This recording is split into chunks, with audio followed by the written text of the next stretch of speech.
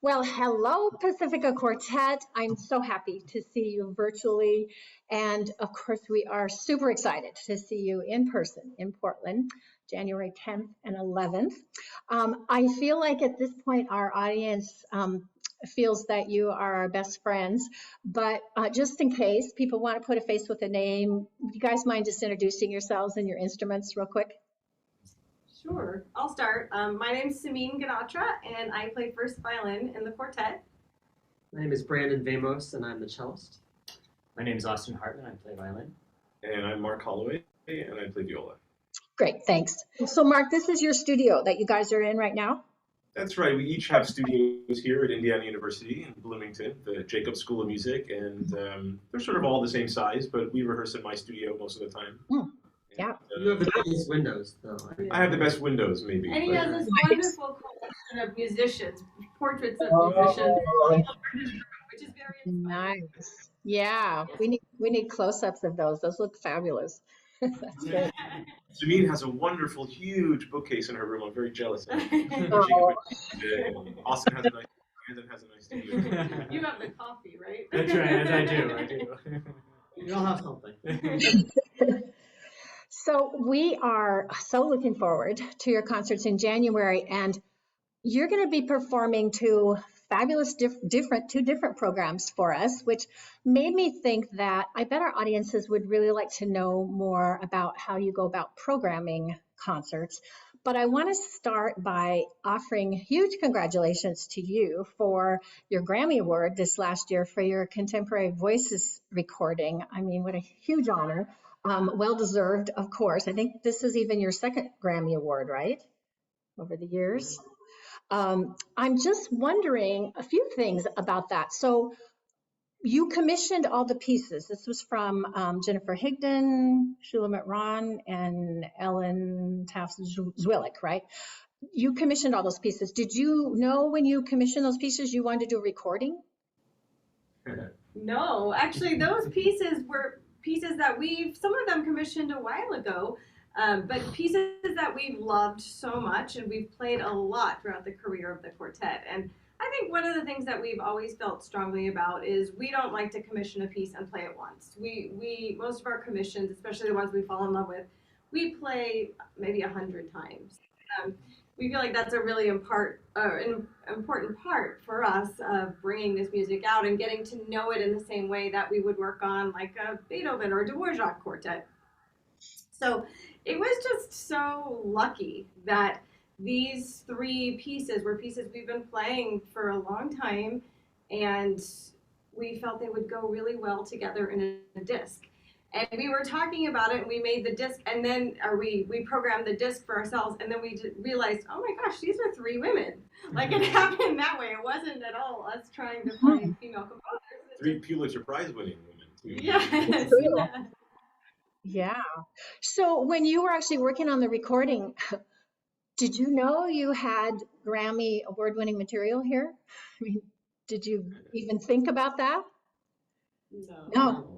You just wanted. Yeah. I think we got a call, and it was just totally out of our minds. It wasn't like a thought, that's so just an off chance that you'll be nominated. And then to get that call saying, oh, you've been nominated. Somebody told us that. Maybe you called me, somebody called you, I can't remember. Yes, I was outside somewhere. And so it's just sort of, comes from left field. I think our thought process is, well, great, we've been nominated. What are the chances of winning again, and we weren't expecting to. Again, it was, kind of a shock and surprise, but a really good one. Yeah, that's for sure. I watched the little video of when they announced the award. I mean, that you won it. Did you only find out when they announced it? Was that live? Because I think Samin and Brandon, you were like at home, it looked like. And yeah, did you know ahead of time that you'd won, or that was it? Yeah, we were all sitting in front of our computers, just watching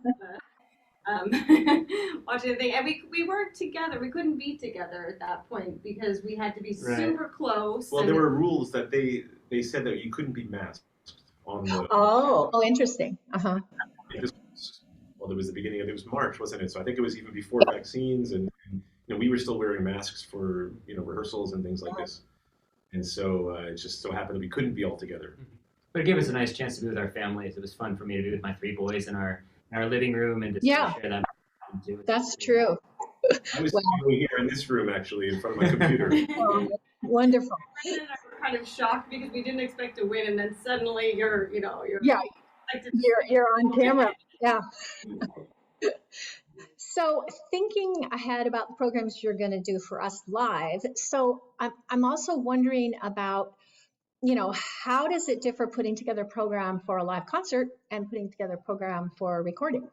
They share things in common, I'd say. With a recording, you have to really think about precise lengths so it can really fit on the disc. Of course, we want to make a concert that has just the right length also with intermission and that you feel like you have just enough music, but you don't feel cheated and you don't feel like it's overly long either. Mm-hmm. That's a concern. And we also want to pick pieces that complement each other and there are different ways of going about programming. You might have a teacher and a student, let's say, or one piece that inspired another, or things that share a similar key, or things that share a similar theme, like words in the title. Or you might find certain connections between pieces that you maybe didn't even know about until you started to think about them. In which case, you might say, "Oh, this one really has a folk influence, isn't it?" Our first program actually that's maybe the unifying. Yeah. In Portland is Price, Prokofiev, and Dvorak, and they're all very folk influenced. Mm. And that was intentional, I assume. Yes. Yeah. Absolutely. Yeah. The program goes really well together because of that. There's a lot of really kind of fun rhythmic stuff and soaring melodies that are folk inspired in all three pieces. Mm-hmm. With Florence Price, she really takes a lot of influences from popular music, from there's a bit of jazz inflection, there's spirituals, sort of soul music. I mean, it really feels like it has soulful qualities to me. It's very honest, direct music that feels very folksy, like you could really hum the tunes. And the Prokofiev has this too. I mean, he was inspired to write music, from Kabardinia, this region he was sort of sent to during the war, and told to write a piece that had common folk, themes in it. And of course, Dvorak used folk themes left and right in every piece he wrote. It's good rustic, like mountain music, Nice. How about the Tuesday program? That's with Tillis and Fanny Mendelssohn and Brahms. How did that come together? Well, certainly we appreciate the work of all of these composers. It was specifically Tillis. We were thrilled to find someone that is so deeply immersed in the spiritual tradition, and the movements that we are going to play are just really evocative and really speak to sort of the common experience.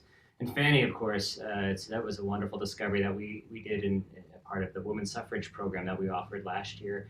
Mm-hmm. And just playing her piece so often, really, we were so inspired to want to keep programming it as much as possible. And so you'll hear fragments of her writing, and then in the next moment you wonder if that was her older brother inspiring her to write some interesting lyricism there. And then, of course, the Brahms, a real standard in our rep, and we can't neglect that as well. I think the word that Austin used, lyricism, that's what really ties that second program together. Tillis is based on gospel tunes.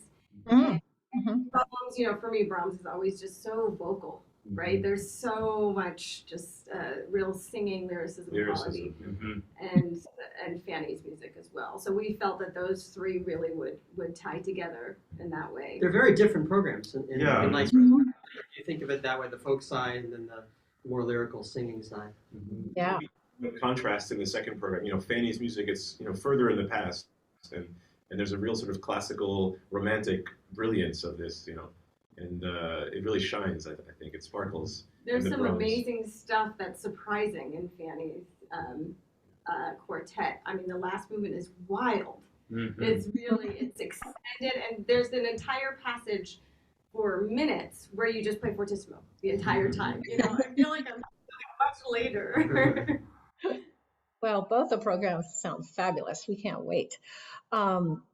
Thinking again about a live concerts, I'm just wondering if you feel if audience react differently, how the audiences are different for chamber music than they are for like symphony orchestra concerts. Do you feel like audiences are different, or their relationship with the music is different in those two genres?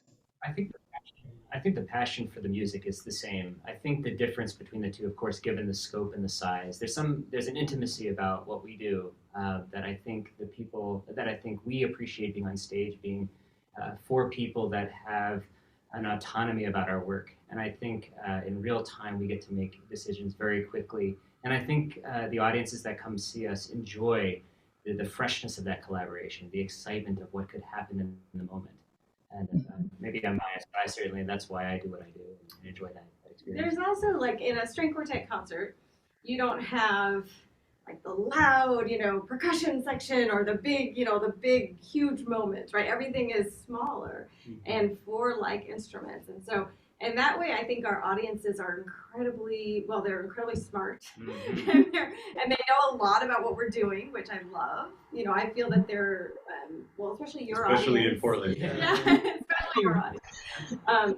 And so there's an intimacy with the music as well as just, watching just 4 people on stage. But it takes a certain kind of person actually to want to come for 2 hours and watch just 4 people on stage playing similar instruments and really getting involved with how these parts communicate with one another. I think it's a really special kind of an audience. There's nowhere to hide in a string quartet. I feel like as an audience member, you see it all. It's all on display for you to see. There are no secrets. There's something nice about that you're sort of part of the process, watching it happen. Yeah, I think that's so true.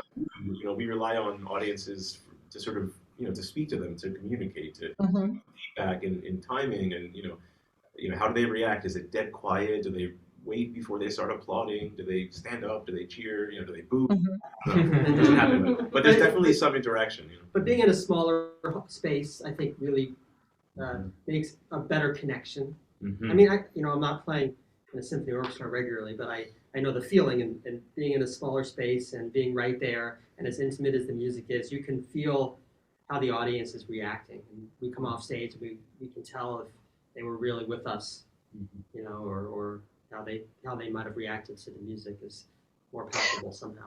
Yeah, I was going to ask that because I know you've all mentioned to me, I think every time you come to Portland, how wonderful our audiences are. Of course, we think that, but you've often said how you can just feel that they're right there with you, and that helps you even play better. You can feel that, but symphony audiences probably not, right? I mean, they don't feel that connection as closely, I would think. There's a level of excitement because of the bigness of it, and the sound and the percussion and the brass and everything. So there is a different feeling, and it's in a bigger space with more people around, and so it's a different experience. A little more imposing, maybe with a conductor. Yeah. The tails, a little tuxedo. Yeah, it's just different. It's like opera, and a vocal recital. They're very different experiences. Both fabulous, but yeah. Okay, I have to end by asking you about your visit with us. I know you've been coming to Portland for many years now, and have to ask, what are you going to look forward to the most when the plane touches down at PDX? Well, I'm looking forward to the airport carpet. That's for sure. I know. A couple of years ago, they replaced it, right? So I just have to see the new carpet. Yeah, that's right. Okay, well, it's pretty famous. Yeah. Very controversial, right? Very controversial. Yes, we are very attached to the old carpet. Yeah.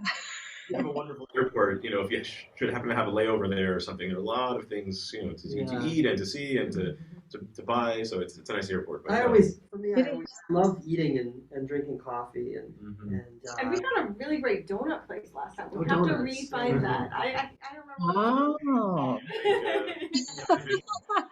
We'll help you find that for sure. All right. Well, sorry, go ahead. No, go ahead.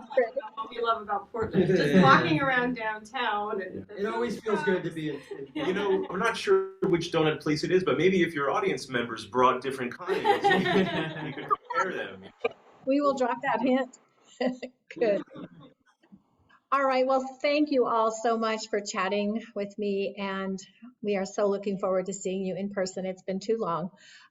So we will see you all live in January. Can't wait. See you soon. Thanks,